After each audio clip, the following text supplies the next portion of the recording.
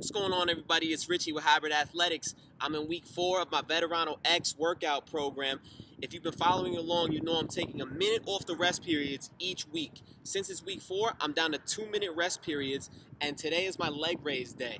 Now, I like to focus on one move, and then I like to do all the other moves from Convict Conditioning, but one set to a light fatigue instead of pushing it to failure. I feel like this keeps me fresher in the moves and allows me to perform better on the days where I choose to focus on it. Like I said, today's my ab day, so I'm focusing on leg raises, but I can also practice my front levers as well because I feel like I get a good core exercise from it. So instead of doing pull-ups today, I'm going to be doing some front lever practice that kind of targets the midsection, and then I'll finish out with the leg raises. So that's the cool part about Veterano-X. You get to do a little bit of everything and play with some moves that you don't necessarily get to play with on the days that you might do pull-ups. All right, I'm about to get into this workout. I hope you enjoy. All right, so like I said, I like to perform each of the big 6 moves from Convict Conditioning every single workout. Now, since I'm not focusing on my pull-ups today, I can kind of play around with some other things, and doing the lever work just kind of goes hand in hand with core, I feel. Really activating the core right there, doing some kicks and some negatives. And then here I am just kind of trying to play around with a straddle position, getting closer each day, each week. And then I go with a one leg negative. Yeah, the front levers are coming along pretty good. I like to do this for maybe 5 minutes a day, and I feel like it really adds up. Instead of just having maybe one front lever workout a week or something like that, do it a little bit every single day. I've been doing it consistently for probably about 4 weeks now, and I'm really starting to notice some good improvements. And that's about it. Then I get into the leg raise aspect of the workout. Here's my actual workout that I'm focusing on today. I'm at level 7 of the leg raises in Convict Conditioning, so it's bent knee leg raises. So trying to keep a 45-degree angle bend in my knee throughout the entire movement. This is actually the first time I performed it. I was doing just the hanging knee raises, level 6. But, today I just said, I've already met the progression standard for level 6. Let me see how I can do on level 7. This is actually my first time trying this move. And it was tough. It was real tough. Really trying to just kill the momentum every single rep. Use my whole core. And really focusing on getting a posterior pelvic tilt at the end of each rep.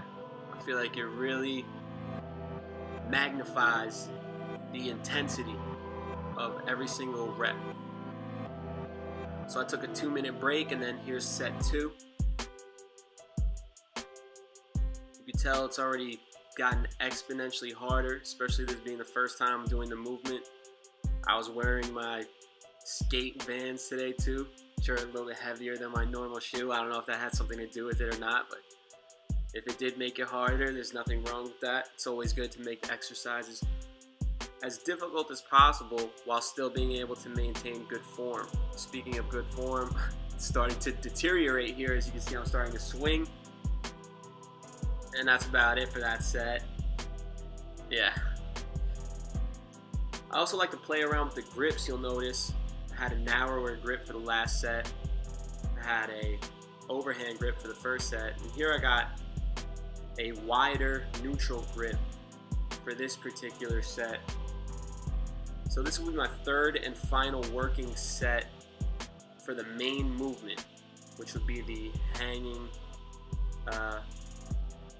bent knee leg raises. And you can see it's already falling apart right here. Yeah, the core is almost shot right there. So after that, I like to do the drop sets. I like to move to a simpler move or an earlier progression. So I go back to level 6 for the hanging knee raises. And there's that posterior pelvic tilt I'm talking about. I try to kill the momentum at the end of every single rep.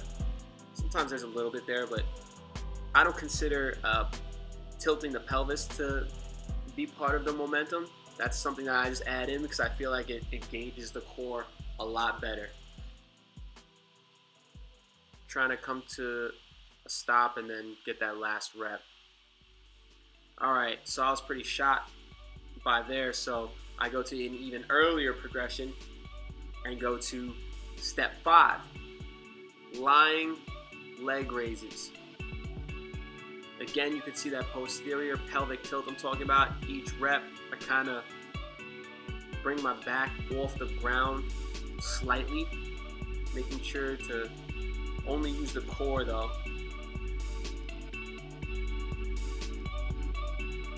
And I'm feeling this all over right here. I'm feeling this throughout my quads. We're shaking. My chest is shaking a little bit. So I'm taking a minute in between these last sets, from the hanging knee raises, this one, and then the next set. There's only a minute break in between each of those, and this one's really just gonna finish it off.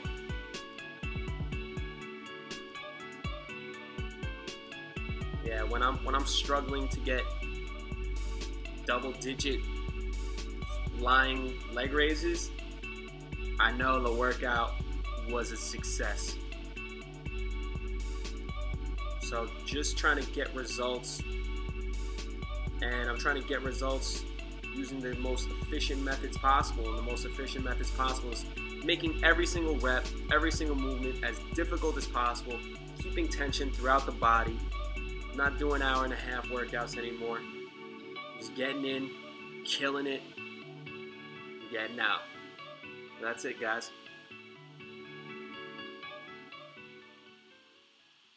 Alright guys, so that's it.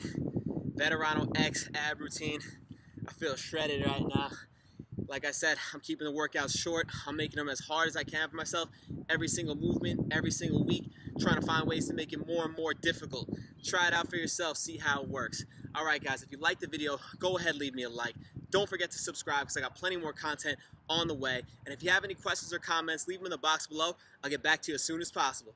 Take it easy. I'll talk to you next time.